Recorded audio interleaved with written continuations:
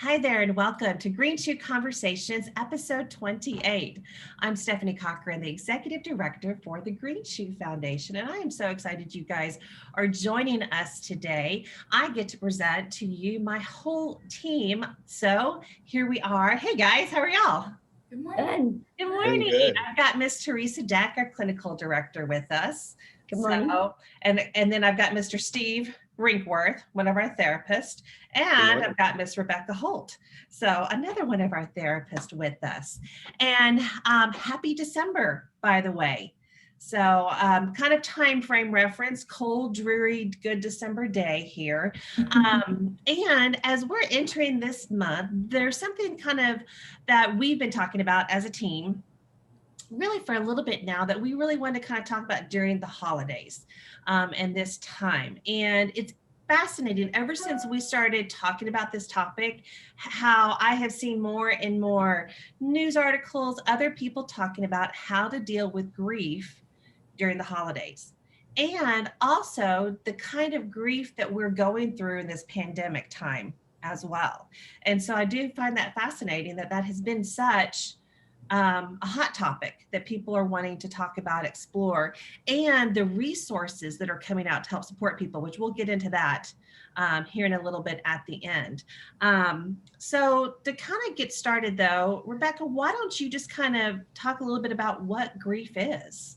A definition to kind of give us a frame of reference. Sure. So, and one thing I want to share is I think this time of year, this often comes up. This year has been exceptional in a lot of ways with some of the pain and grief we've experienced. But a lot of times the holidays really can be a trigger for grief to come up. So I think that's why we're talking about it this month. Grief is our reaction to when we experience loss.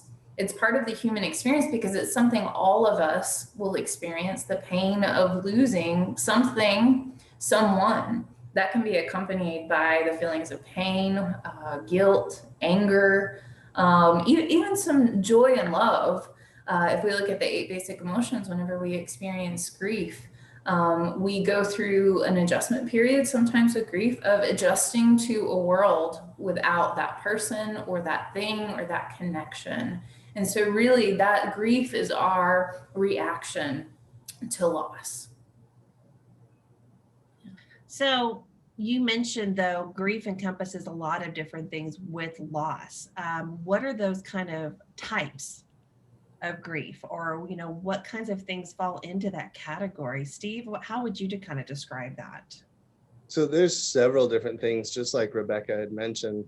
And one of the things I've noticed for myself during this time is that there's different layers to it. I may be experiencing multiple different losses at the same time. And so there can be a loss of identity, a loss of connection. We've seen there have been a lot of people that have lost loved ones, loss of job, loss of pet, loss of routine.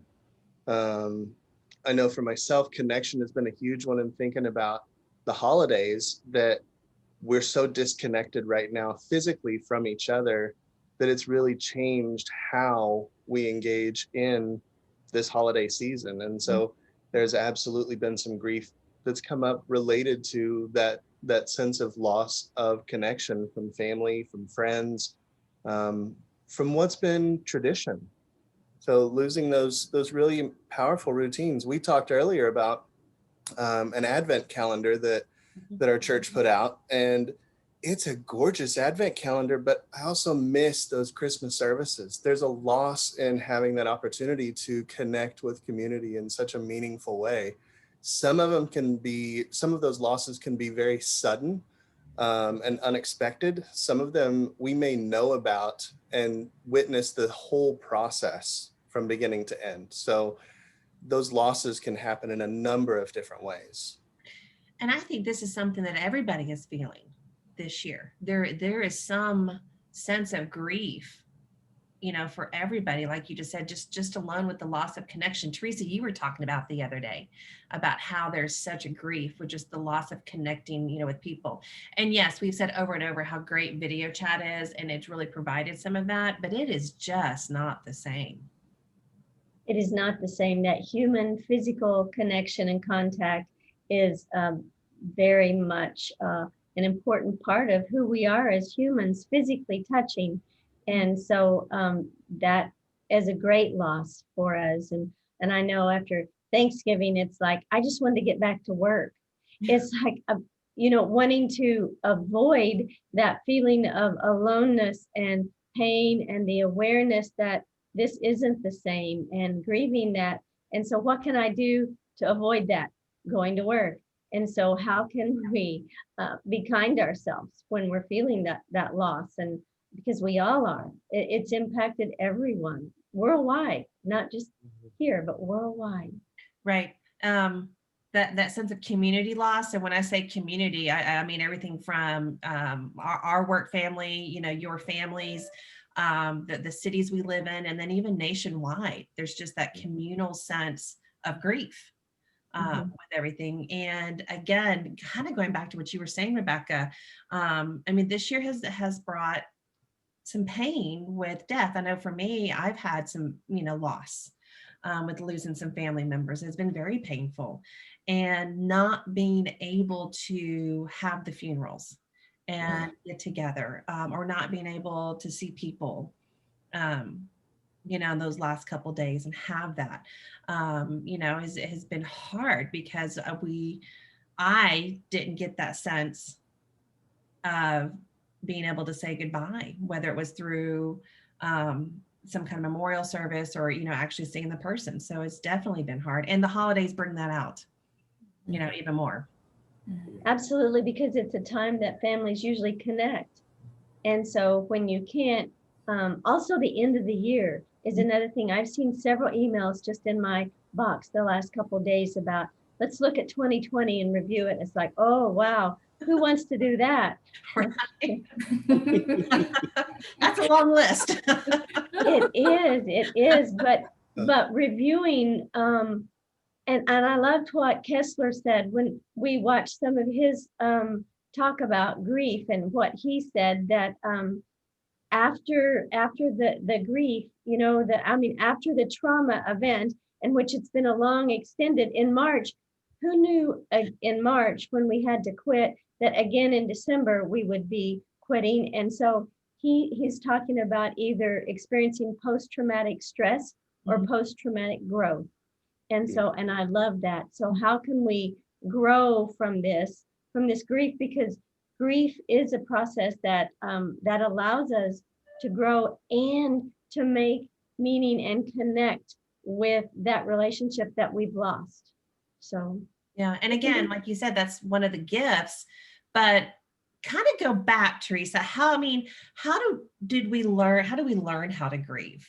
Because it is a process, and we'll talk about the steps and stages. But before we do that, we've kind of have to go back to the beginning. How did we learn how to grieve? We learned how to grieve by what we saw in our families of origin, the families that we grew up in. And everybody's family, everybody's culture is different about how they process and went through and go through grief. And so I learned in my family something very different than Steve or Rebecca, or that you learned. And so I learned about funerals and about death. And I learned from my dad that you don't ever cry, that you just stuff your emotions, that I never saw a tear fall from his eye when his mother died, who he was very close to.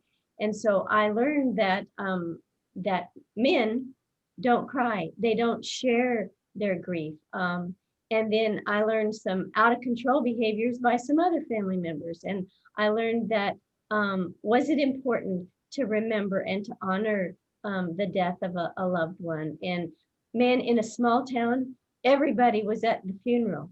And so, and it was so different when I grew up and I moved to the city, and everybody seemed so disconnected. So that was, we learned grief and how to do it. And some of it was not healthy for us.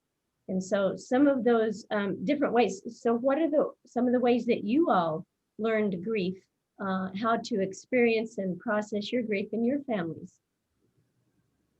As I'm thinking about some of what I observed growing up, different stages that I observed what that looks like.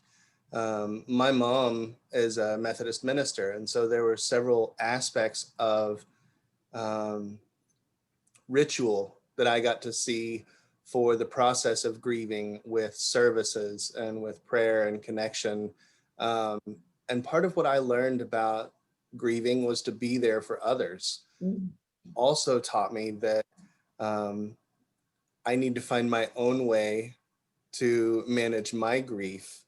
And it doesn't have to look like what other people's have had, but what was familiar was to be there for other people. Um, and so there was, for me, a big sense of community and connection. Just like you mentioned earlier, that physical touch, hugs, and just being present, sitting Mhm. another, not even necessarily having to talk, but just to be present and share that space with someone else who's going through that struggle. And when we're grieving, we lose hope. I love again what Kessler said about the person that has died. You need to honor them, and that is permanent. Their death is permanent, but your loss of hope is temporary. And if you to be there, what you said, Steve, to be there for somebody and give them hope that this pain is going to pass through. But we need to experience that and release that pain and not just stuff it down. And so I love that. And another thing I learned was taking food, bake something and Yes. take it to the home, take them a meal, so we were always delivering food to the family of someone that had died. So they didn't have to deal with that, because so they could focus on their pain and their loss. So. Yeah. And that's such a gift, when I know for me, when I've lost somebody very significant, especially in the beginning, the pain feels so overwhelming, and just not to have to worry about what's for lunch or dinner, and we all laughed and giggled when you said that, Teresa. Yeah, it's here comes the casseroles, but and to be on the other side, to watch somebody going through that grief. Sometimes I don't know what to do or what to say, but I can feed you. That is something, that I can do. The other thing I love, you keep mentioning David Kessler, and we're going to be talking about him a lot. When it comes to hope, he says something you can do too for people who are in grief is sometimes you can be the one to hold the hope and let them know, I have hope for you. When you don't feel hope, it's okay, because I have hope for you. And I thought that was beautiful, and that's something you can do and give to people. Stephanie, I loved that same piece, that I can hold that hope for you. Mhm. And what he said also with that is that I'll hold it for you until you can pick that back up. Mm-hmm. And I know that's not exactly his words, but that I can help fill that gap for the moment. It doesn't mean I'm taking it over. Right. But I can help remind that this is here and help it be present until you can own that again. And another thing that he mentioned that was so beautiful, thinking about how we grieve and some of those pieces that we've learned and what's been familiar. There's different pieces, different stages that we go through, but that grief is unique as a fingerprint. Mm-hmm. I love that I wrote that down. Yeah. And there is no one right way to grieve. Right. And if someone's telling you need to be over this, you have a right to not be over it, and to grieve in your own way. Yes, there is a time that it can become a complicated grief, and you need to get professional help. But don't let anybody take away from your right to feel your pain and sorrow. Right. And, Kubler-Ross came out with the stages of grief, and people may be very, very familiar with that because it's something you hear. But the one thing, and it's fascinating, even in her book, like on the first page, it says these stages are not linear. Everyone does not go through the denial, anger, bargaining, depression, acceptance. You don't go through those in that order. And sometimes you may skip, or you may go back through stages. It's just part of that process. And it's so different for every person, as they go through. Absolutely. With that. Rebecca, you've got a lot of experience in grief work in therapy. And I like how you kind of segued this in, Teresa. You know, it's okay to ask for help, you know, and sometimes seeking professional help or support groups can, you know, again, help with that. You know, kind of talk about some of that process that you use, the check-in that you do with folks. Yeah, and I love that she said that, because one of the things I think that happens in grief is we are taught not to talk about it, or not to talk about our feelings. Don't show feelings. But when you're grieving, you can be in a crowd full of people and feel absolutely alone because you're trying to mask that. And so I always encourage people, you know, using healthy boundaries, sharing your truth. I'm grieving, you know, I'm in pain. That validates that experience. And that's also a way to honor that person. Because I think that on the other side of that, internally, a lot of people experience guilt about maybe I've moved on, or I'm doing things in life, you know, and so that guilt can come up. So owning that reality for yourself. One of the things I like to do, especially around the holidays with grief, is a check-in, because one of the things that can happen, anniversaries of death, I mean, anniversaries of marriage, or birthdays, but also holidays can be activating events. They can trigger grief to come up. There's a person missing, you know, there's an empty space. And so preparing for that, I think, is really important. If you know that this is a time of year, you suspect this is a time of year that's going to come up, checking in with yourself. Start thinking, you know, how do I feel about this? What are my feelings? There's a lot of physical sensations that can come up with grief too. So checking in with your body. I know for me, I lost a very dear friend about 7 years ago to lung cancer. She was really young. But I know when her birthday comes around, not because of the date, because I feel grief in my bones. And there's times when I'll reach out to someone and I'm like, I'm just not okay. And they're like, well, you know what day it is. And then I connect it. So again, how does your body feel? What are you feeling physically? And so the other thing is planning. That's a huge part of the holidays, of anniversaries, being prepared for that to come up. And so what do you want that to look like? What do you need it to look like? Are you up to it? And just kind of thinking about what you need. A lot of times when we put that face on, is to make sure everyone else is okay. I've got to be okay for everyone else. You don't have to be okay for everyone else. And if it's too much, you know, make some different plans, choose what's right for you. I know that Grief Share is a great support group. It's a faith-based support group that's really helpful, but they have a lot of really helpful information out there. And I know I shared some of that that I think we're going to pull up, but just a little bit of a few pointers, not all of them that they put on there, but I wanted to share that today. And you do have some pointers. So why don't we go to that and talk about things that you would recommend for folks. So why don't you go through these with us? Sure. So we talked about that preparation, knowing beforehand, you know, what those dates might be, what those activating events might be, and just knowing it, you might not be able to plan for that. The second one is acceptance. And so just knowing, again, it's not necessarily accepting the loss, but accepting this is a hard time of year. Letting yourself feel that, knowing that it will pass. You know, when we're in the window of tolerance of emotion, it's us being able to say, I can feel this difficult feeling and know that it's not forever. You know, these holidays, these activating events are not forever.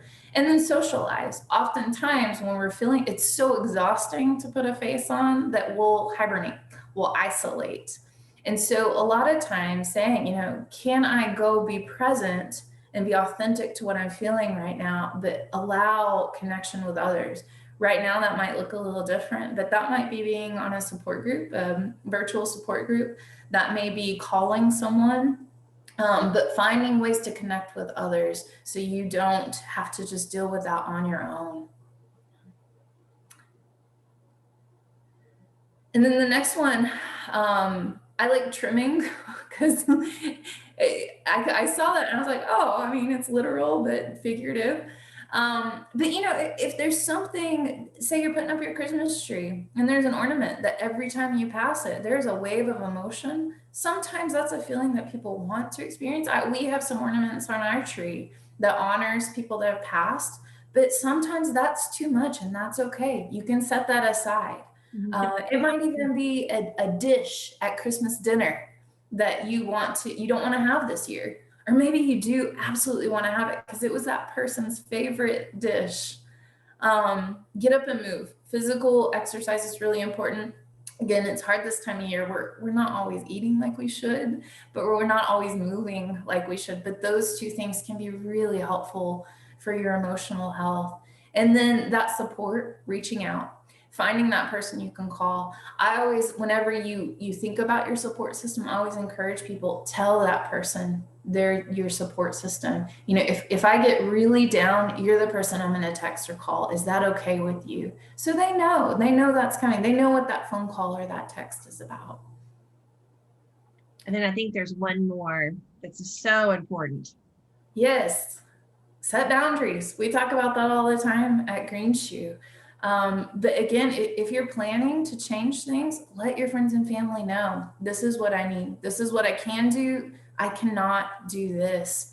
Again, that guilt, we have that because we want to experience a day where we can do those things. And so that guilt is a healthy emotion. But if you know that's not what you need to do, it's okay to set boundaries. Boundaries are really important this time of year. As you were talking, you know, it makes me think of, there's things that have become tradition for me and my family. We lost my mother-in-law 22 years ago, so it's been a long time. And Christmas was her favorite holiday. So especially those first couple of Christmases were so hard. Yeah.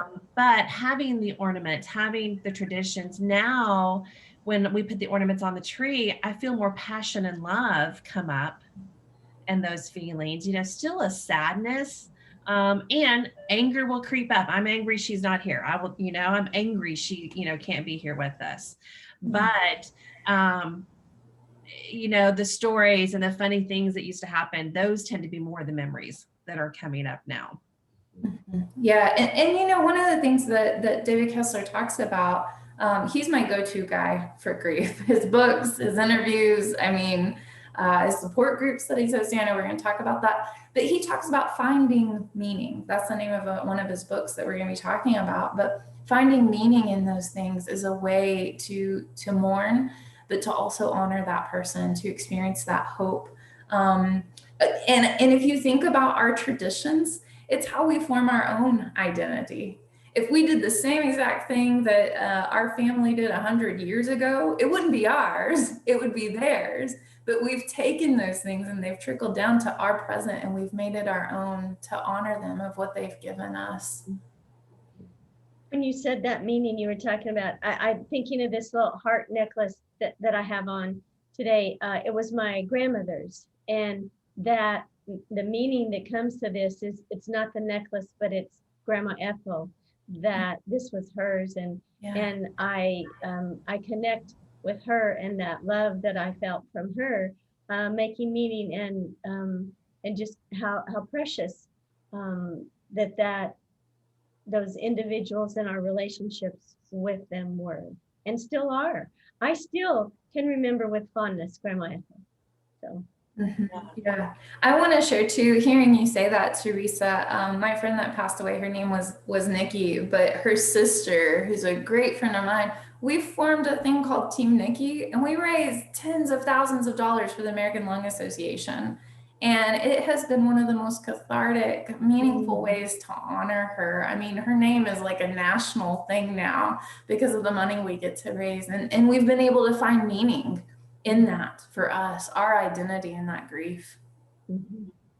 And that finding meaning is a 6 stage that Kessler has come up with, and we'll get into that. As you can tell, this topic is something that we're passionate about, and it's not just a one-time conversation.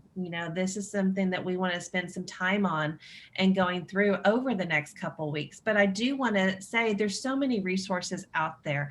Here in the Oklahoma City area, Calm Waters is such a great resource for grief and support, and they are doing their support groups virtually. So those are still going on. David Kessler, back, I want to say it was this summer, started online support groups for free.